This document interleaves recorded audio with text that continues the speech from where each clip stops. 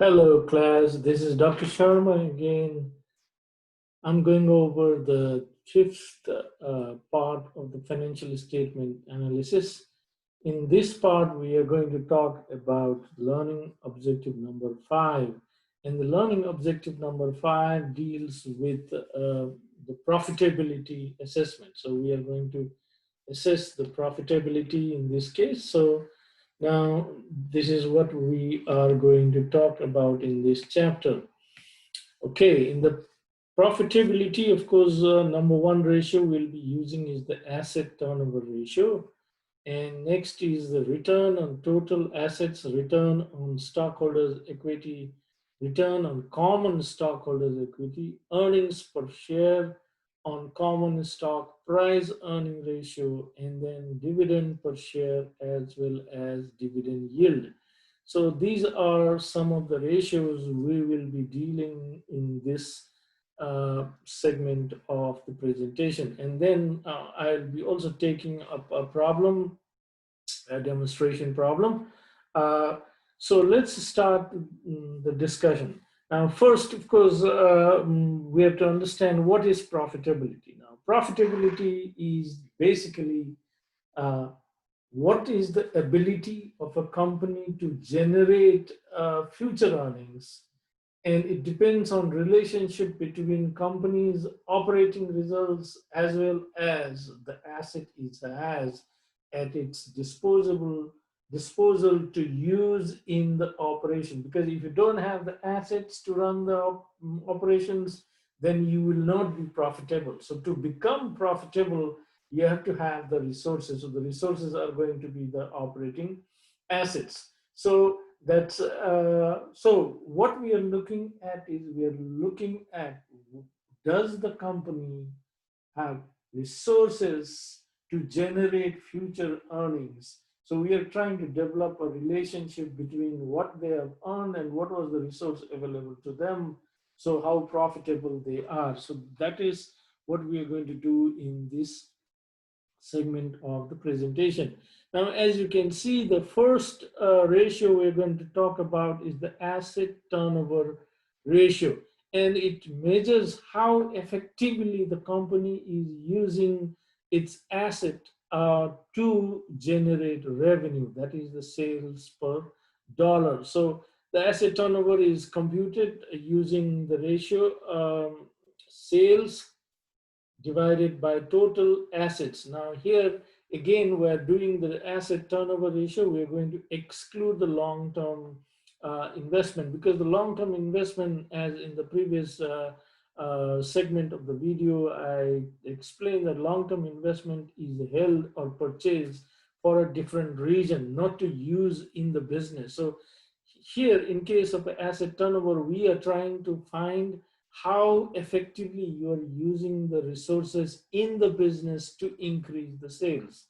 So that's why we'll be excluding the long-term investment. And long-term investment are also excluded because they do not affect the sales, as the investment decisions are not related to day-to-day operation. So if it is not related to day-to-day operation, we don't want to include that. So that is why we want to compare apples with apples, not apple with oranges. So that is why if the long-term investment does not result in the sales, then we don't want to include it. So that's the reason that we'll be excluding the long-term investment. Now, again, going back to ExxonMobil, as I've been saying to you, you can download ExxonMobil's Form 10K I've used for 2019. 10K form, it's available on their website, as well as if you search on the Google, you'll be able to see that information. So now you have the information as such. The total current assets were 50,052. Long-term assets were 312,545 for 2019. We add them up, and that will give you 362,597. Now, what we try to do is we have, in this case, we have included that 43,164, 40,790 in this figure. So that is why what we are going to do is we are going to subtract them. So we get this one. This is the asset we are talking of, total asset excluding long-term investment. So we're excluding the long-term investment and getting that. Now, sometimes you can just add up those assets and you just exclude long-term investment, you'll be getting directly. But here it was including the total asset, the long-term asset. That's why we are excluding that. Now, once we have those two figures, this is for 2019 and this is for 2018, we take two of them and divide by 2 and get an average of 312,419.05 $1 million. Of course, I have been saying that the balance sheet was in millions of dollars. And their sales and operating revenue was 255,583. And then we get an asset turnover ratio of 0.82. Now, what does that 0.82 means?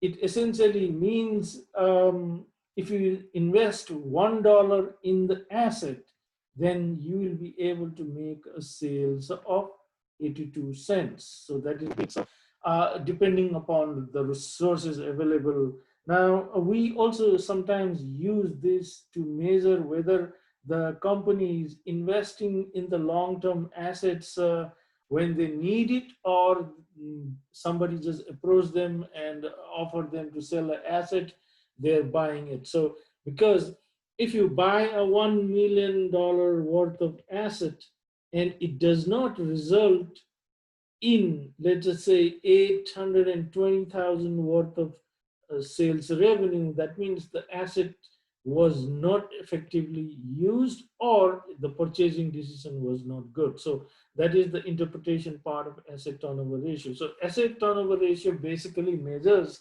how profitably are you going to be using those assets to generate sales, because your profit depends on the sales. If you are able to sell the products to the market, then you'll be able to make profit. If not, you are not going to make the profit. So supposing last year your asset was 100,000, this year asset increased to 200,000, but your sales last year was, let us say, 80,000.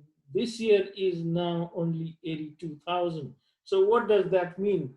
Although you doubled your assets, your sales is increasing only in a marginal way. So that means either you have made a very poor decision of buying assets that were not useful, or you are not using those assets effectively to increase the sales. So that is why sometimes we call these turnover ratio as a efficiency ratio. How efficiently are you using the assets to convert that into sales figure?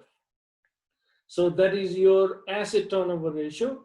Now, in case of profitability, let's move on to the next ratio. Number 2 ratio that we'll be using is the return on total assets. Again, it evaluates the profitability of total assets irrespective of how assets are financed, whether they're financed by creditors or by stockholders. So that's why return on total asset is basically what we try to do is we try to find out what is the amount of money they have invested in the total assets. So what we need to do is somehow this is missing here. It should be plus, and net income plus the interest expense. So the net income would have subtracted the interest expense. So when we arrive at the net income, that's how we do. So we are adding back the interest expense, because sometimes we finance our assets by borrowing money. So we don't want to exclude that. So irrespective of how the assets are financed. So we need to add back the interest expense to eliminate the effect of financing of assets. So net income includes any income earned from long-term investment. The average total assets includes long-term investment as well here. In the previous case, we excluded the long-term investment while calculating the average total assets, because sales, the long-term investment would not result in the sales, the numerator part. But in this, net income can result because of the long-term investment. If you earn dividend or interest on your investment that you have made, then essentially the net income goes up. So that is why we are including long-term investment in this case. In previous case, we did not. So that is something that you have to remember. Okay, so let's just take an example. The example is, again, it should be net income plus interest expense. So we had total current asset and long-term assets, so we add them up. Now we are not excluding the long-term investment, so we are not subtracting that. So we simply add these two and take an average. We get an average total assets of 354,397. And then we have a net income of 14,340. Of course, we'll get that from the income statement. These information we get from the balance sheet. And then you add that interest part to 14,340. You get the net income plus the interest is 170.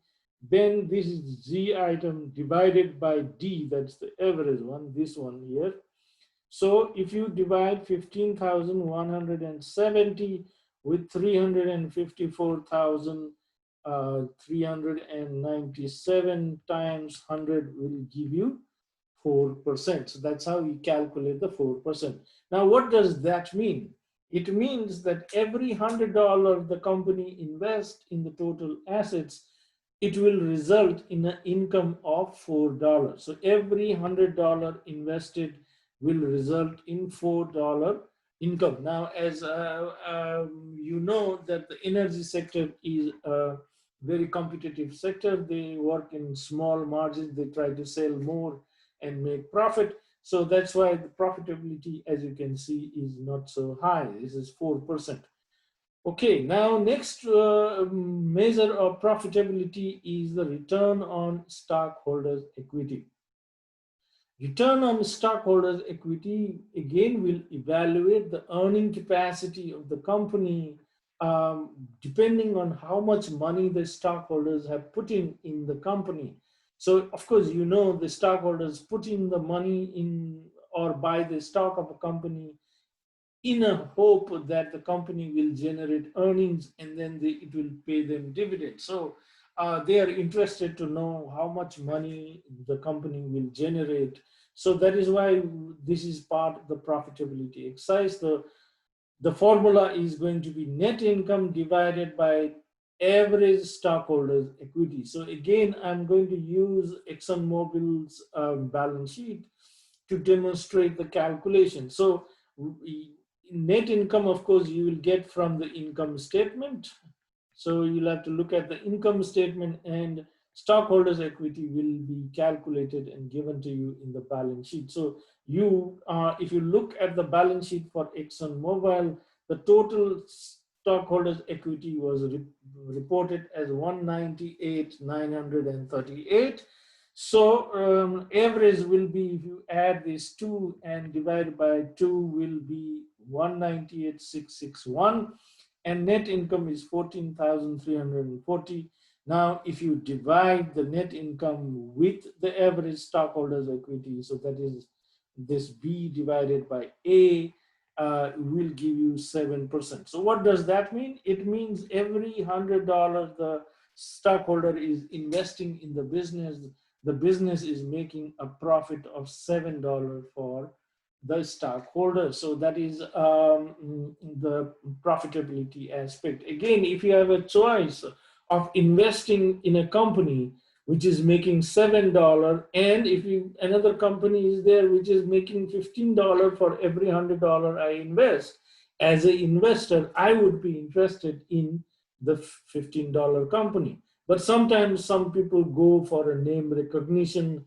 If you are holding stock of a well-known company, you have another satisfaction. And in the long run, the company with the name recognition and efficiency might pay you higher amount of dividends. So that is always there. But to be really consistent in your decision making process, if you were given a choice to invest $100 in a bank, supposing you want to deposit $100 in a bank, one bank is going to give you, let's say, 1%, another is going to give you 2%. You are going to go for that 2% one if you have very equal level of services and things like that. So that is the return on the stockholders. So in this case, we are going to talk in terms of stockholders. As a stockholder, you would prefer a company which is making higher return for your investment. So that is your return on stockholders equity. Now, return on stockholders equity is normally considered higher than the return on total assets. We saw that this is 4% was the return on asset, and return on stockholders equity was 7%. And the 3% which has been amplified is because of leverage. Now, what is leverage? Leverage refers to the use of debt to intensify the return on investment. Now, how does debt or borrowings intensify the return? Like, for example, if you borrow money and you have to pay 6% interest on that borrowing. Now, if you have that in mind, then you are thinking in terms of, first, I should at least make 6% profit. Otherwise, I won't be able to pay that interest. So therefore, you will be guided, or you have a target. But otherwise, if you have money, you invest and you don't have a target, then you may not work as hard as you may otherwise do. So that is why that is a concept known as leverage. Is when you use borrowings, you have to pay interest. So you will have a minimum goal. So if you have a minimum goal of 6%, you will try to earn more than 6% simply to pay off that interest. Otherwise, the interest will compile, and it will compound, and it will balloon into a higher amount of payment. So that is why what we want to do is we want to pay at least the interest. So that's why you have a target. So you will work towards achieving that target. That is it. That's why it results, the return on the stockholders equity will be higher if there is a borrowing involved in that. So that is the concept of leverage. Okay, now we're going to talk about the return on common stockholders equity. Now I've been talking to you that you have two kinds of stock. One is the common stock, the other is the preferred stock. Now, so some companies like ExxonMobil does not have any preferred stock. Everything is common stock there. So in that case, the return on stockholders equity and the common stockholders equity will be the same. In the previous case, we calculated that to be 7%. So it will be 7% as such, because you don't have any preferred stock. But if you had preferred stock, I will be talking that in the demonstration problem. We have a problem where we have a common stock. So if you have common stock and the preferred stock, then these two amounts will be different. Otherwise, they will be the same. So if you have a preferred stock, you will start with the net income minus any amount of preferred dividend that you have to pay, divided by average common stock holders. So you will add up. Now, of course, please remember always common stockholders have the right to retained earnings. So whenever you are calculating the common stockholders equity, retained earnings is theirs. It does not belong in any way to the preferred stock.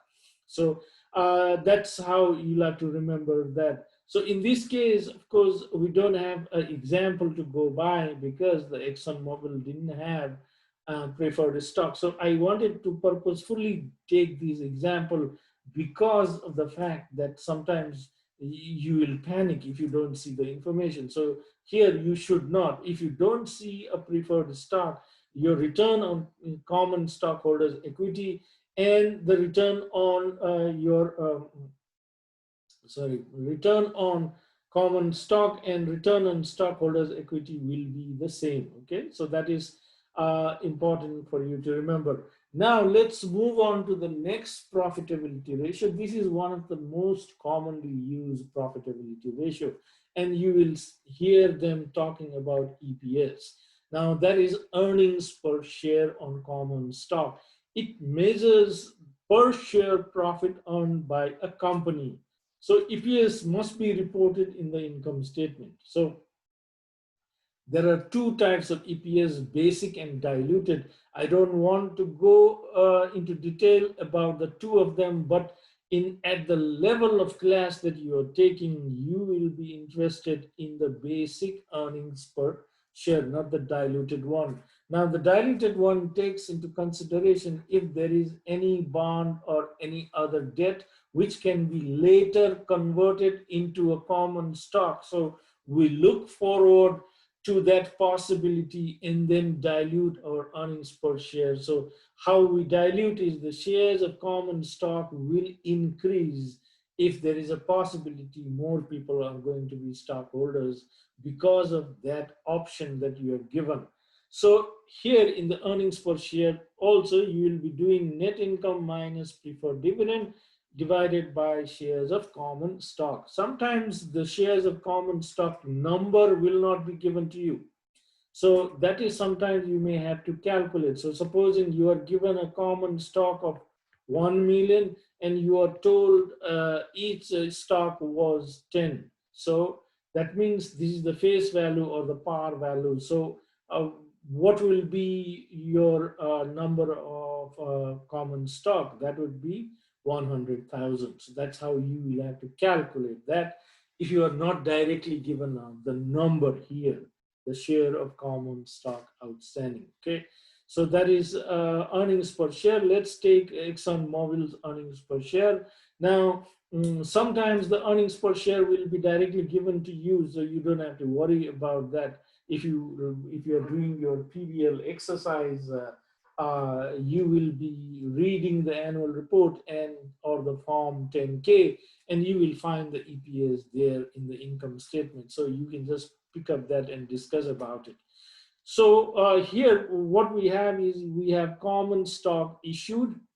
This was the amount of common stock issued, and then there is a treasury stock. So treasury stock, of course, would mean the number of stockholders stock that we bought, number of shares we bought back from the stockholders.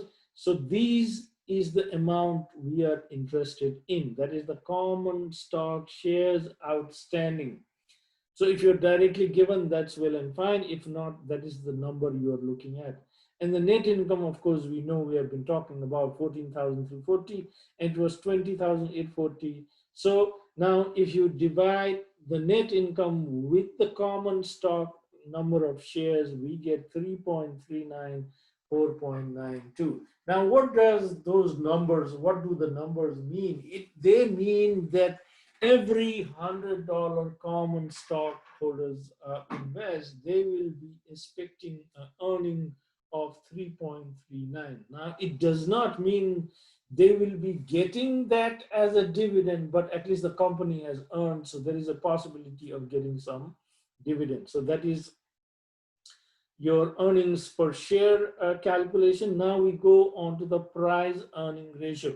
Price earning ratio usually, of course, now the earnings per share and price earning is related to only common stock. So we'll talk only on the common stock in terms of those ratios. Now it measures the dollar amount an investor is likely to invest in a company in order to receive $1 of that company's earnings. So how much money will you have to invest in that company to get $1 back in terms of earnings? So that is what It is, and as you know, price means the market price, of course, per share of common stock. And earnings is earnings per share on common stock, which we calculated in the previous example. So we need to have information about the market price. Now, usually, if you want to calculate if you want to look up the market price, if you Google the name of the company and the price, stock price, or historical or today's price, you will be able to find that out very easily. So now, once you have the market price, so you need the market price and you need the EPS. Of course, EPS, if you're doing working on the same company, you would have already calculated the earnings per share, so you can just use that. So in our case, we calculated our earnings per share to be 3.39 and 4.92. So these are the earnings per share amount. So let's take the example of ExxonMobil again. ExxonMobil market price per share of common stock in 2019 in was 69.78.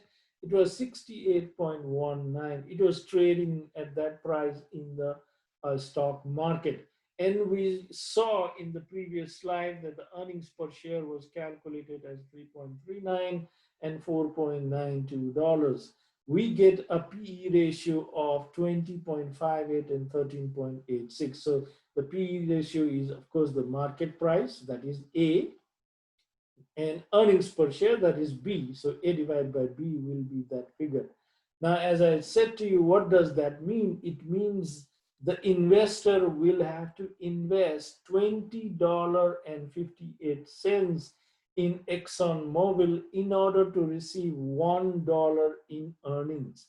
Again, earnings and dividend are two different things. Now, earnings is the money that the company is making. Dividend is the money the company is giving to its stockholders. So at least if you have some earning, then you will be expecting a dividend. Okay. So that is your price earning ratio.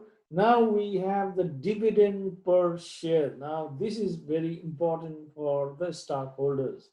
It measures the extent to which earnings are being distributed to the common stockholders. So how much of earnings will the company distribute as dividends? So the dividends on common stock is the total amount divided by the shares, the number of, so this is number of shares of common stock outstanding. So if you divide, then we'll be getting, now this is a ratio which many investors will be interested. So let's look at that for ExxonMobil.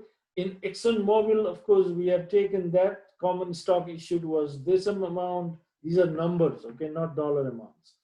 And then treasury stock, of course, we'll have to always subtract that because we have that with us. The stockholders do not have that. So that's why we have 4,234 and 4,237 as stock outstanding.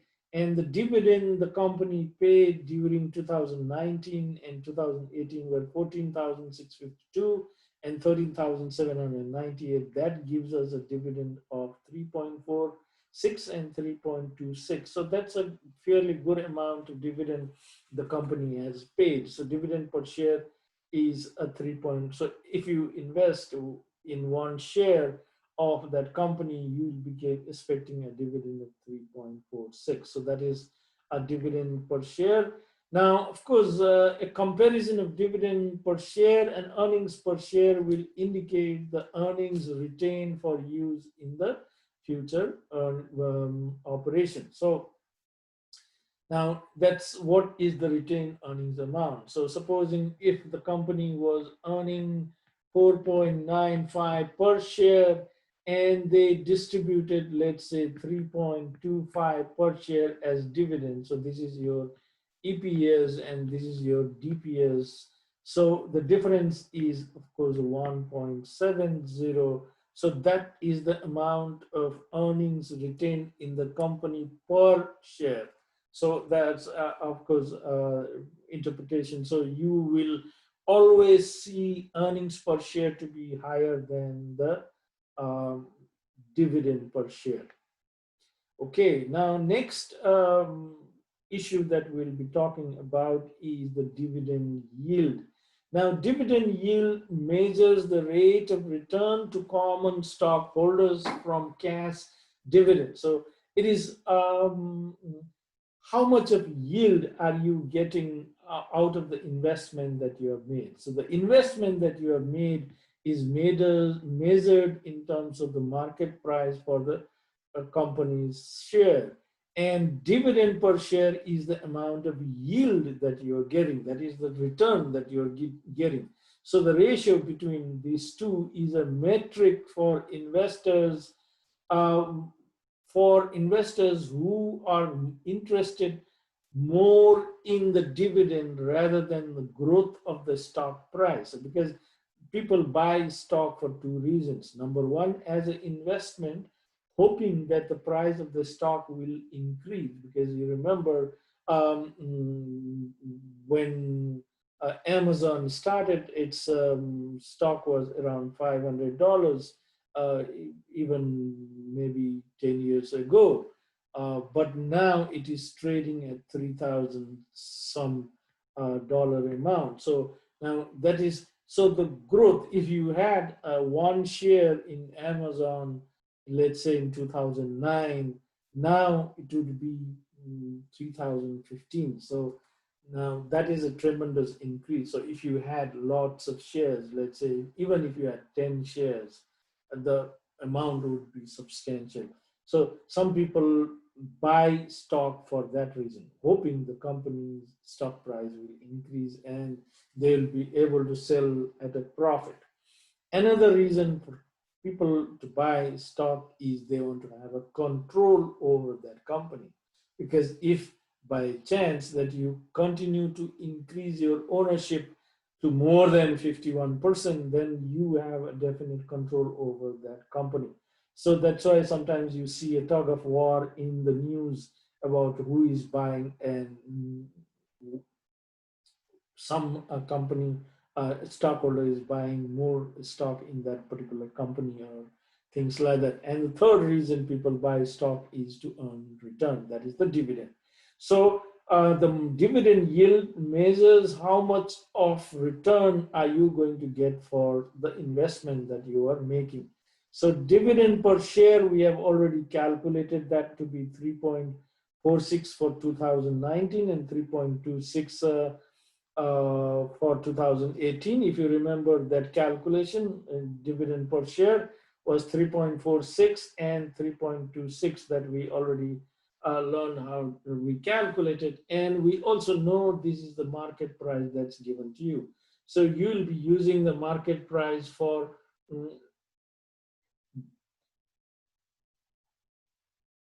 dividend yield, and then we'll be also using right.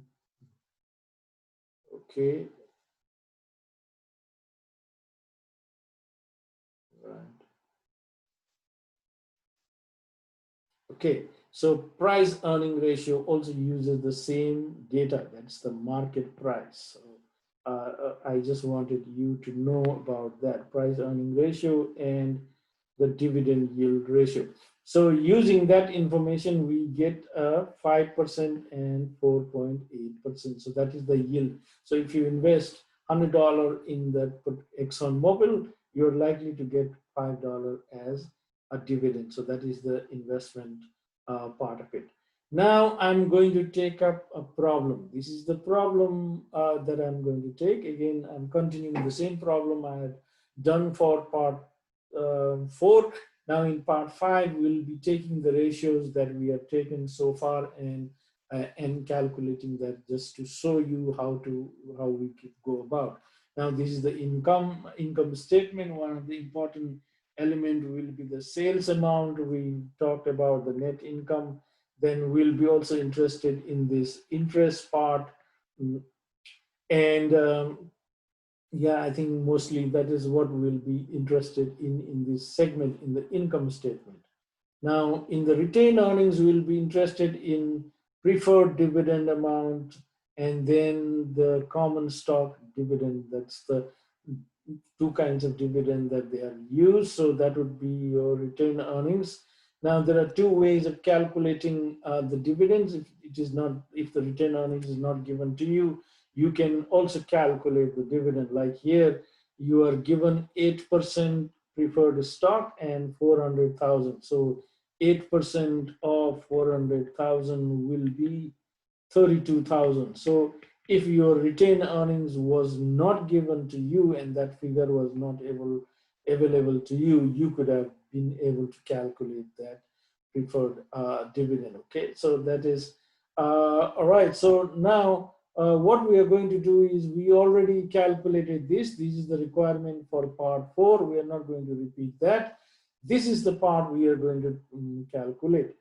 Return on asset turnover ratio, we talked about that. We talked about return on total asset, stockholders equity, common stock, earnings per share, price earning ratio, assuming the price is $72 and $69 in 2021 and 2020 respectively, then calculate the dividend per share and dividend yield. So these are the ratios that we learned in this segment of the class. So we're going to take them one by one. Okay, so let me just adjust that so that I can take that problem. Okay, so first we are going to do is the asset turnover ratio for Pink and Red Incorporated. Now, as I said to you, what we are going to do is we are going to exclude the investment, right? So that is why excluding the investment is 2,874,000. Here, if you see in the problem part, let's go back. We are given the current assets. We are given the current assets.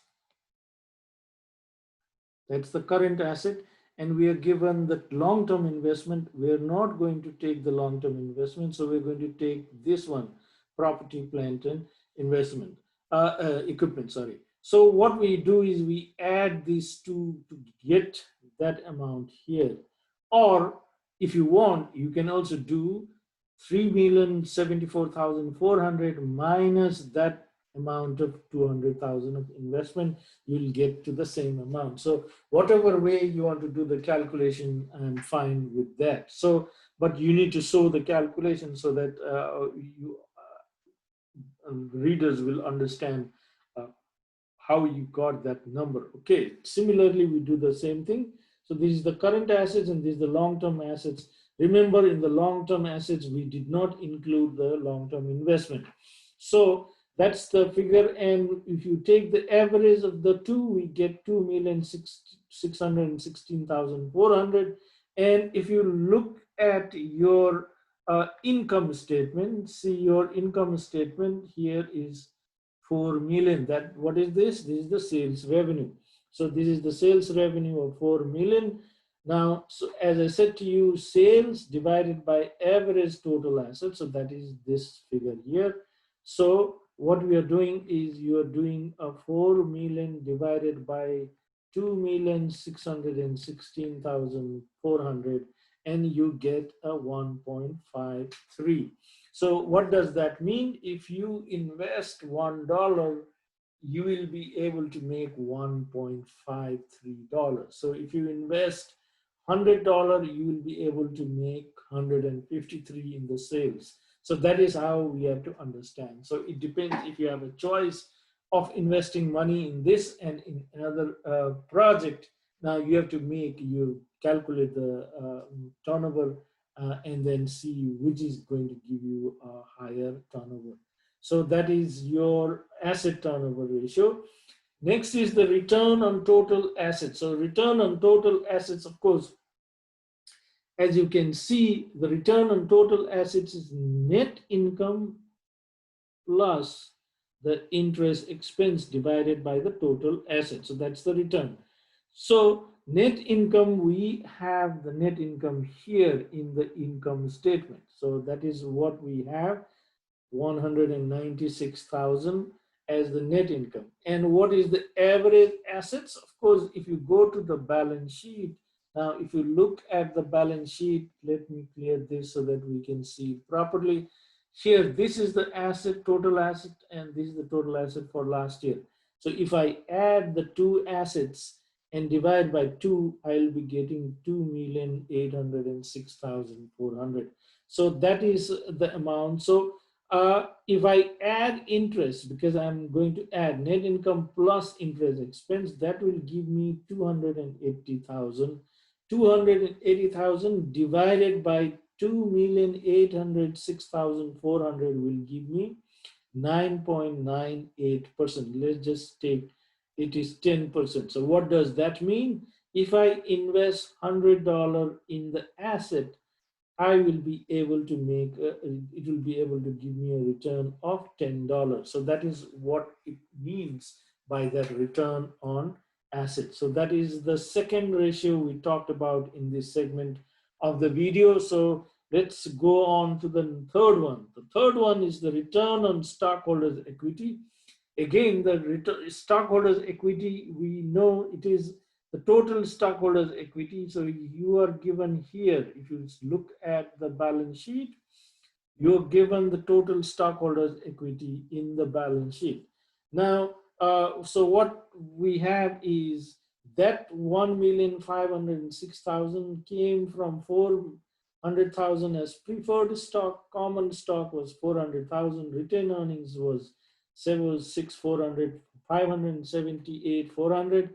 So total, of course, is if you add them up, this is the same amount that is there. And if you add them up and divide by 2, you will get an average amount of 1,442,400. You know the net income is 196. Where do you know? If you go to your income statement, you have that 196,000. So that divided by, so this is B is the net income divided by A is the average stockholder equity. That will be giving you 13.359. So now, as I said to you, return on asset and return on stockholders equity will be different because of leverage. So now that is your return on stockholders equity. Now the third is the return on common stockholders equity. Now common stockholders equity is going to be little less than the total because I'm going to exclude that preferred stock of 400,000. So that is why what I've done is I have common stock and retained earnings, add them up and divide by 2, I get an average of that. But here, since in the common stock, I'm including only the common stock, I have to also exclude the dividend that I paid to the preferred stockholder. So remember in the retained earnings, I showed you the dividend paid on preferred stock was 32,000. So that's why you see that 32,000. So net income was 196 minus 32,000 will give you 164. Once you have that 164, then what you do is you divide that 164 with the average that you have calculated, this figure, and that will give you 15.73. Again, what is the interpretation of that?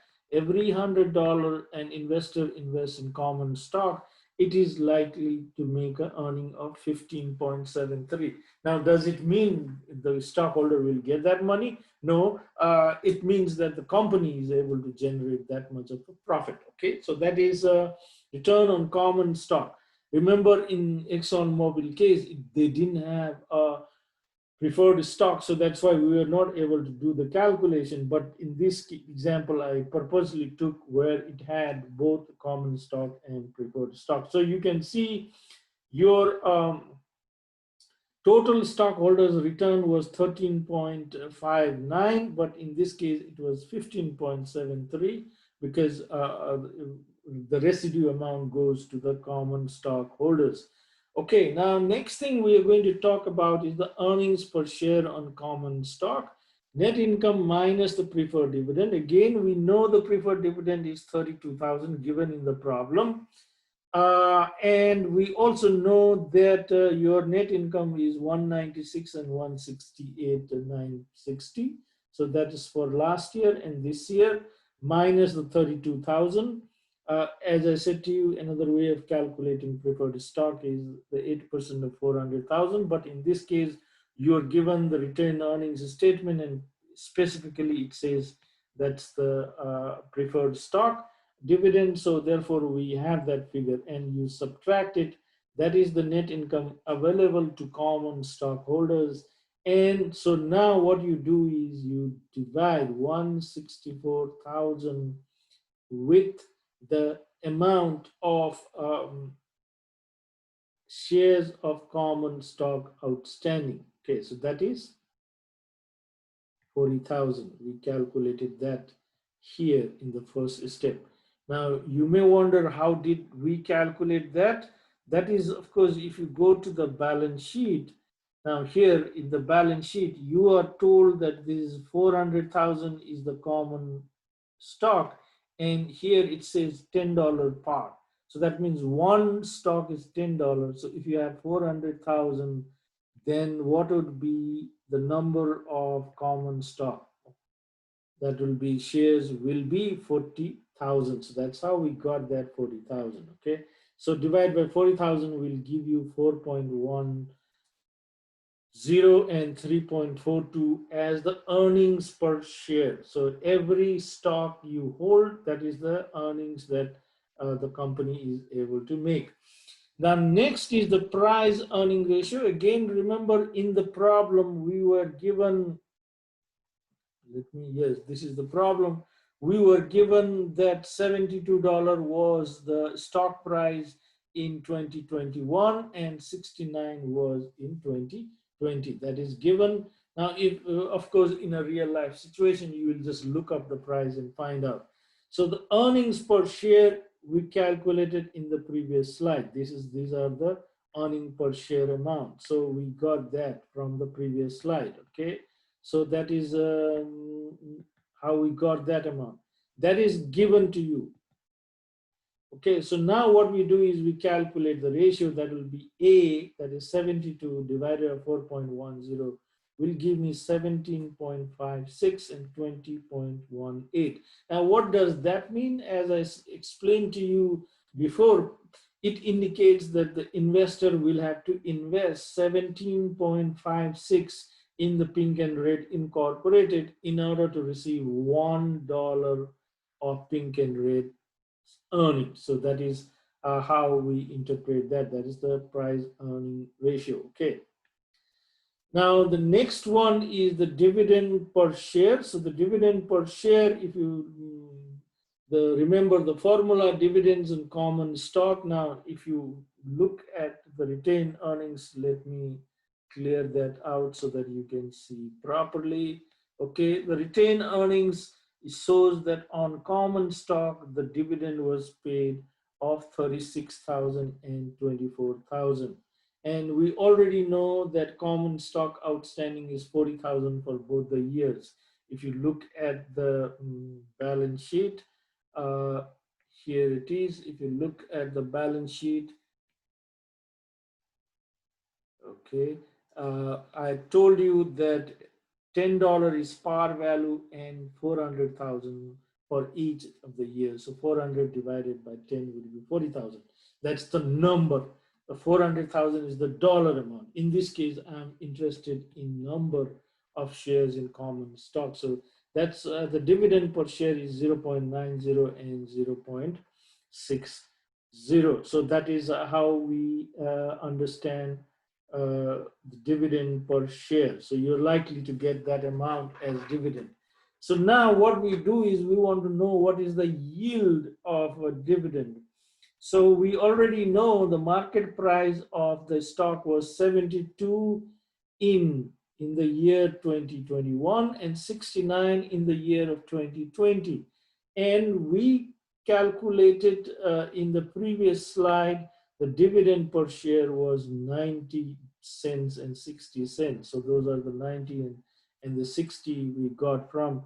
So the yield is 1.3% and 0.9%. So as compared to the last year, we are little higher yield, of course. So if you invest $100, you're likely to get $1.30 as dividend. So that is how we understand that situation. Now with that, I come to an end to this demonstration problem. And thank you very much for listening to the presentation. I will be putting up another presentation uh, for the remaining segment